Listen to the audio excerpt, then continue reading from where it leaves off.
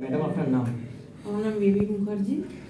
আপনি তো এখানে কি প্রবলেম নিয়ে এসেছিলেন প্রথম? আমি এসেছিলাম মানে একটা সাইটিকা পেন হতো কোমর থেকে পা অবধি এবং হাঁটু থেকে নিচ অবধিও মানে কন্টিনিউশনাল যন্ত্রণা একটা হতো।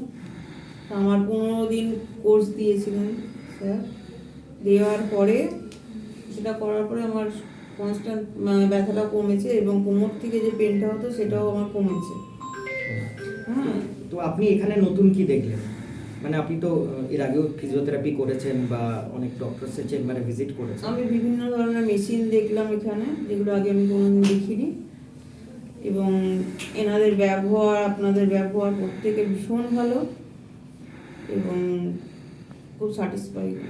আপনি আপনি সমাজকে কি মেসেজ দেবেন যে ধরুন আপনি কোয়ালিফাইড ফিজিওথেরাপিস্টের কাছে কেন যাবেন?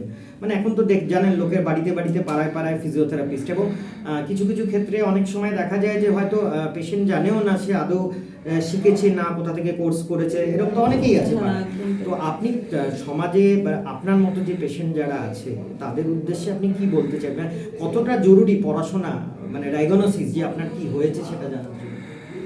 আমি বলবো যে পড়াশোনা করে যে সমস্ত ফিজিওথেরাপি যারা করছে তাদের কাছেই একমাত্র যাওয়ার জন্য আমি রিকোয়েস্ট করব। কারণ আমরা তো কেউ জানি না সে কিভাবে একটা মেশিন নিয়ে এসে বসিয়ে দিচ্ছে বা করছে, সেটা তো আমরা জানি না, কিন্তু আমরা এখান থেকে প্রেসক্রিপশন পাবো বা রেজিস্টার পাবো, সেই জায়গায় আমি যাওয়ার চেষ্টাই করব এবং সবাইকে সেটাই বলবো। আপনাকে অনেক ধন্যবাদ। আমরা চেষ্টা করব আপনি ভবিষ্যতে আরও ভালো থাকুন। তো আমাদের সেই শুভকামনা রইল আমাদের ক্লিনিকের পক্ষ থেকে, এবং আশা করি ভালো আপনি থাকবেন।